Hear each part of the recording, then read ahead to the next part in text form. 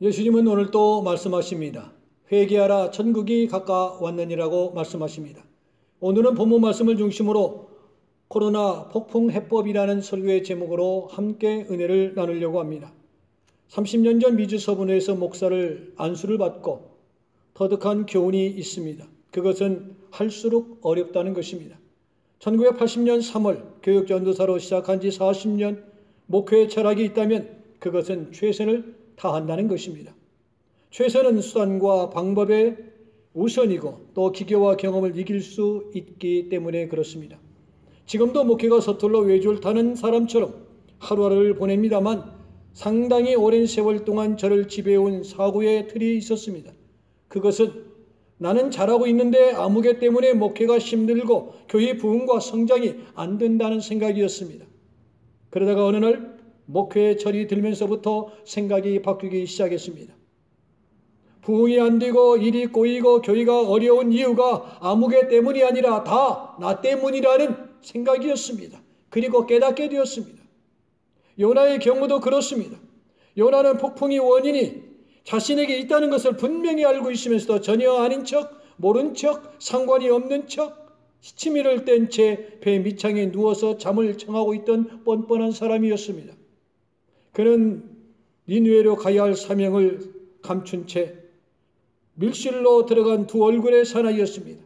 그는 이스라엘의 원수여 저주받은 이방 도시를 버리고 다시스로 가고 있는 얼굴 두꺼운 사람이었습니다.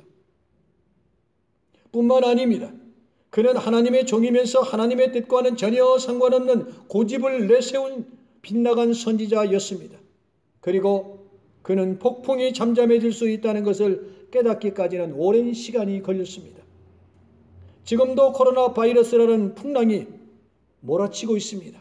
끝이 보이지 않습니다. 지난 한 주간도 코로나 바이러스로 전쟁하시느냐 얼마나 고생하셨습니까? 얼마나 긴장하셨습니까? 어쩌면 이런 사태는 저희 세대에 겪지 않아야 될 최고의 안타까운 일이 아닐까 생각해 봅니다. 교회도 폭풍을 만났습니다. 성장도 둔화, 이단과 타 종교의 도전, 거기다 코로나 바이러스까지 겹쳐 몰골이 말이 아닙니다.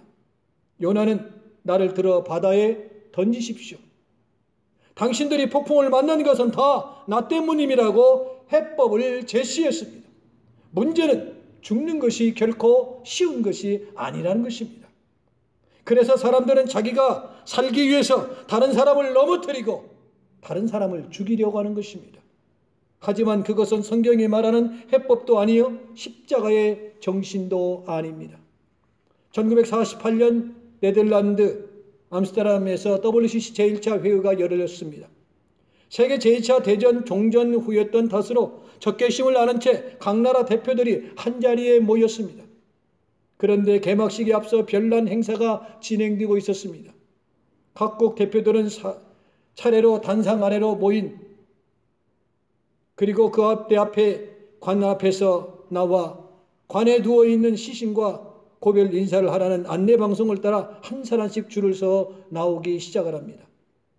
관을 들여다보는 사람마다 숙연하고 침통한 표정을 지었습니다. 그날 그 관 속에는 시신은 없었습니다. 대신 대형 거울이 있었습니다. 그 거울은 웅변하고 있었습니다. 네가 죽어라. 네가 죽어야 한다. 너를 장사 지내라는 음성을 들었다고 합니다. 그날 개회는 다음과 같은 기도로 시작되었습니다. 주님, 저희들은 제2차 대전을 겪는 동안 나라와 나라, 민족과 민족 간에 서로 담을 쌓고 증오하며 용서하지 못한 채 지나온 시간을 자복합니다. 저희들 마음속 깊이 자리 잡은 적개심과 증오심을 장사 지내게 하옵소서. 예수님의 이름으로 기도합니다. 라는 기도였습니다.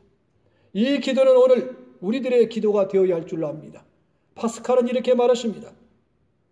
사람들은 다른 사람의 잘못이나 죄악에 대해서는 분개하면서 자신의 죄나 잘못에 대해서는 분개하지 않는다라고 했습니다.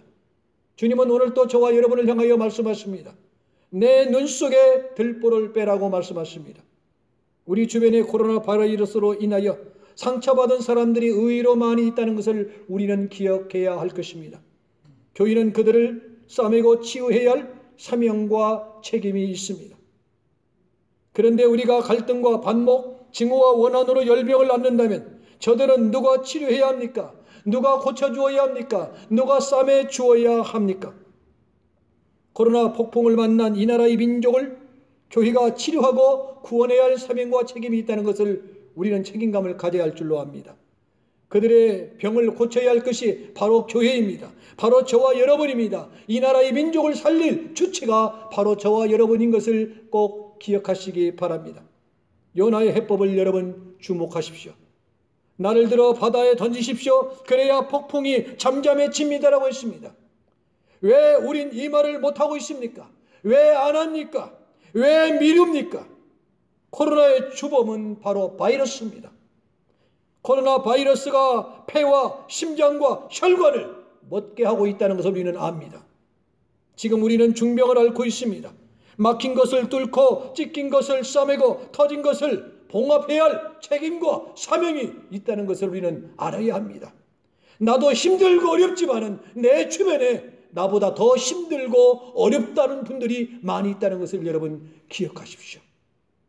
운동도 목회도 사업도 최선을 다하는 사람이 성공하고 승리하는 법입니다. 나 죽고 주님 살고 나 죽고 교회 살고 이 구호가 허망한 구호가 되지 않기를 원합니다. 내가 살면 교회가 죽고 내가 죽으면 교회가 삽니다. 코로나 바이러스로 상처받은 교회와 성도들을 치유하기 위해서 폭풍의 해법을 찾는 성도 여러분들이 되시기를 주님의 이름으로 간절히 축원을 드립니다. 기도하시겠습니다.